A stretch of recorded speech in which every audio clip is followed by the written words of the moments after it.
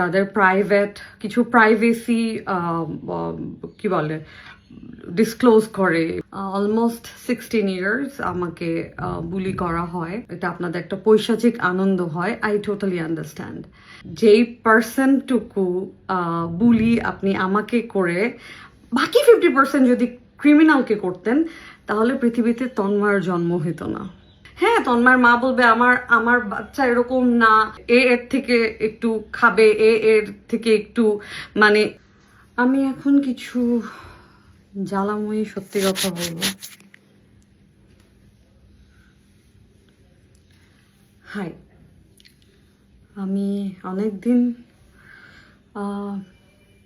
সাম্প্রতিক সময়ে ঘটে যাওয়া ব্যাপার নিয়ে কথা বলি না, বাট ভেবেছিলাম যে কথা বলেও তো আসলে কোনো লাভ নাই, কিন্তু আসলে নিজের দায়িত্ব বোধের জায়গা থেকে মনে হয় যে কিছু জিনিস চোখ বন্ধ করে আসলে থাকা যায় না।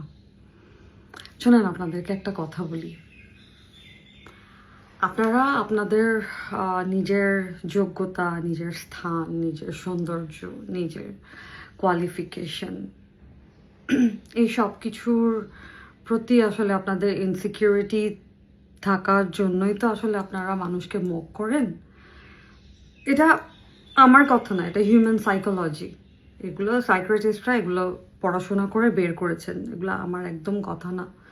যে যারা মানুষের ব্যাপারে এই যে এত অ্যাগ্রেসিভলি জাজ করে এবং বুলি করে এবং মক করে, সোশ্যাল মিডিয়াতে ভার্বালি অ্যাবিউজ করে, এরা আসলে নিজেদেরকে নিয়ে যেহেতু অনেক বেশি স্যাটিসফাইড না এবং তারা দুঃখী। আমরা প্রত্যেকেই প্রত্যেকের জায়গাতে কোনো না কোনো জায়গায় দুঃখী, কিন্তু যারা ইনসিকিউর, যারা ব্যাপারটাকে মানতে পারে না, যারা নিজের যোগ্যতাটা আসলে নিয়ে অনেক বেশি ইনসিকিউরড আমি বলবো, এরাই আসলে ম্যাক্সিমাম টাইমে এই যে বিভিন্ন সোশ্যাল প্ল্যাটফর্মগুলো, এগুলোতে সেলিব্রিটিদের বা ইনফ্লুয়েন্সার, এনিথিং, আর্টিস্ট, সবাইকে আসলে বুলি করে।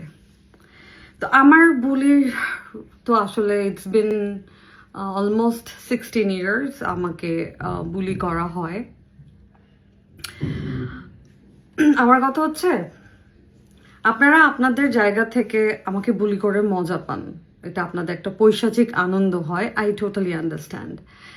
বাট ঠিক যতটুকু আমাকে বুলি করছেন তার যদি 50% মানে আমি ওরফে ব্র্যাকেটে দ্য ভিকটিম আমাকে 50% করে বাকি 50% ক্রিমিনালটাকে খুঁজে বের করে ওকে যদি এরকম মক করতেন, ওকে নিয়ে যদি লেখালেখি করতেন, ওর চেহারাটা যদি বারবার মানুষের সামনে মানে প্রকাশ্যে আনতেন যে হি ইজ এ ক্রিমিনাল। আমরা যেমন এখন রেপিস্টকে আমরা ওনাদের ছবি দিই, রেপিস্টের ছবি দিই। একটা সময় ছিল না, যারা অ্যাসিড নিক্ষেপ করে আমরা তাদেরকে আমরা শাস্তি দেই যে রেপিস্ট, আমরা এখন তাদেরকে একটা বিশাল একটা পেনাল্টি দেওয়া হচ্ছে।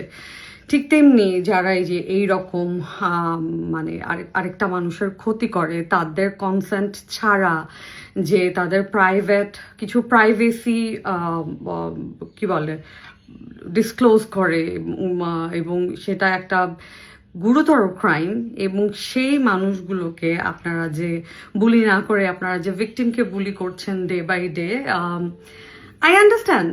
আমি আপনাদের I empathized about yours insecurity, about your job, about your beauty, about your qualification, about your family background, about your childhood কি বলবো facilities and all that, which is why you guys are very concerned about my income source or other girls' income source when they are going out or when they are doing good in their life. Okay, কোনো problem নাই, but exactly যেই পার্সেন্টটুকু বুলি আপনি আমাকে করে বাকি 50% যদি ক্রিমিনালকে করতেন, তাহলে পৃথিবীতে তন্ময়ের জন্ম হতো না। একটা 35 ইয়ার্স ওল্ড একটা ছেলে, ও কোনো মিডল এজ ক্রাইসিসেও নাই, হি ইজ ইয়াং এনাফ, ও চাইলে he can date somebody, he can actually go এখন তো আসলে অনেক কিছু হয়, অনেক রকমের আন্ডারস্ট্যান্ডিং হয়, ও করতে পারে ওর ওর পার্সোনালিটি দিয়ে।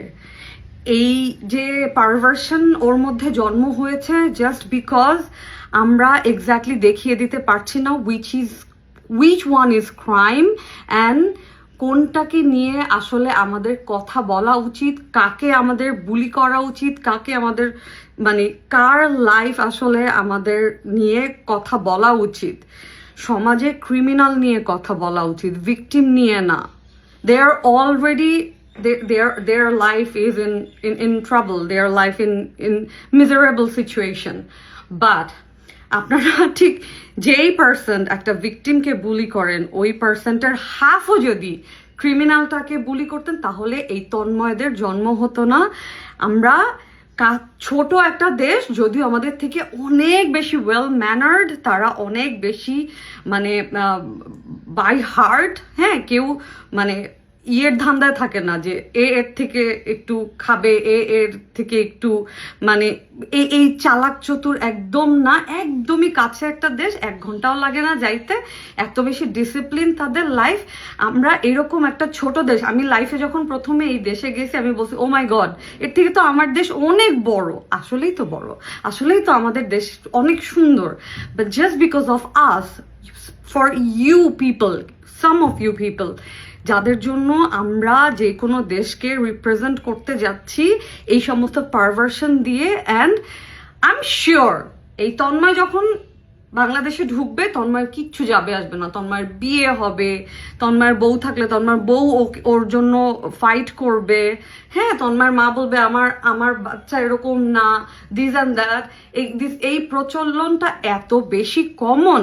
But you know what, this is the high time. আমরা আসলে অনেক কিছু নিয়ে এখন কনসার্ন না, আমরা রং প্যারেন্টিং নিয়ে কথা বলি, আমাদের চাইল্ডহুড ট্রমা নিয়ে কথা বলি, আমরা একটা জেনারেশন কিন্তু আছে যে এইখানেই আমরা আসলে থেমে যেতে চাই। নেক্সট জেনারেশনকে আমরা আসলে আর কোনো ট্রমার মধ্যে দিয়ে দিতে চাই না, যে জেনারেশন টু জেনারেশন আমরা বিভিন্নভাবে আসলে সাফারার, এবং আমরা নেক্সট জেনারেশনকেও আমাদের পাস্ট এক্সপেরিয়েন্সটা আমরা ওই বোঝাটা দিয়ে দিই, রাইট?